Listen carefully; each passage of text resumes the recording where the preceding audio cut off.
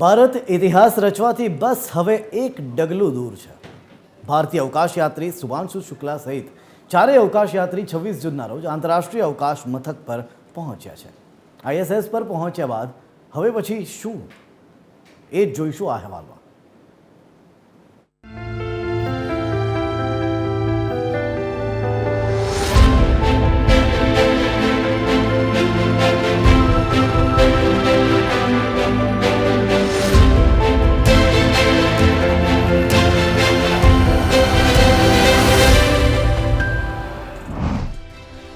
ભારતીય અવકાશ યાત્રી શુભાંશુ શુક્લા સહિત ચારે અવકાશ યાત્રીઓ આજે એટલે કે 26મી જૂનના રોજ સાંજે 4 કલાકે આંતરરાષ્ટ્રીય અવકાશ મથક પર પહોંચ્યા। તેઓ લગભગ 28 કલાકની મુસાફરી પછી આઈએસએસ પર પહોંચ્યા છે। આ સાથે જ શુભાંશુ આઈએસએસ પર જનારા પ્રથમ ભારતીય અને અવકાશમાં જનારા બીજા ભારતીય છે।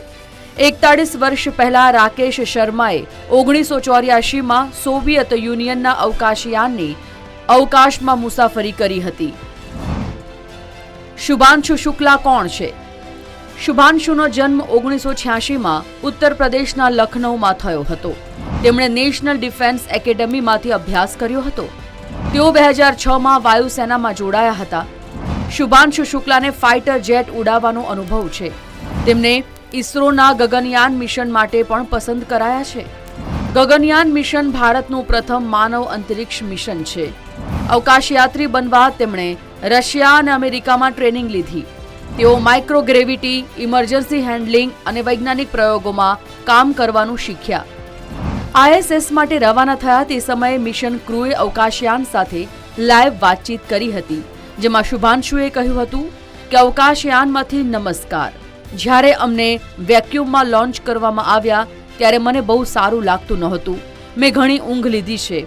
એક બાળકની જેમ શીખી રહ્યો છું અવકાશમાં કેવી રીતે ચાલવું અને ખાવું। શુભાંશુ આઈએસએસ પર શું કરશે? શુભાંશુ આઈએસએસ પર 14 દિવસ સુધી રહેશે। ભારતીય શૈક્ષણિક સંસ્થાઓએ ડિઝાઇન કરેલા 7 પ્રયોગ કરશે। મોટાભાગના પ્રયોગ બાયોલોજિકલ અભ્યાસક્રમો છે।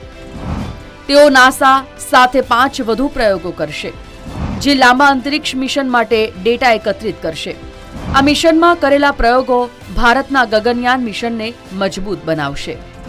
ઉલ્લેખનીય છે કે તમામ અવકાશયાત્રીઓ ગઈકાલે એટલે કે 25મી જૂને એક્સિયમ મિશન 4 હેઠળ આંતરરાષ્ટ્રીય અવકાશ મથક માટે રવાના થયા હતા।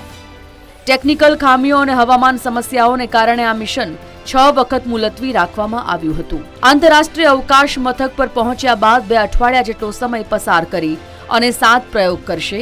આ મિશનમાં કરવામાં આવેલા પ્રયોગો ભારતના ગગનયાન મિશનને પણ મજબૂત બનાવશે। એટલે એમ કહી શકાય કે આ મિશન ભારત માટે મહત્વપૂર્ણ છે।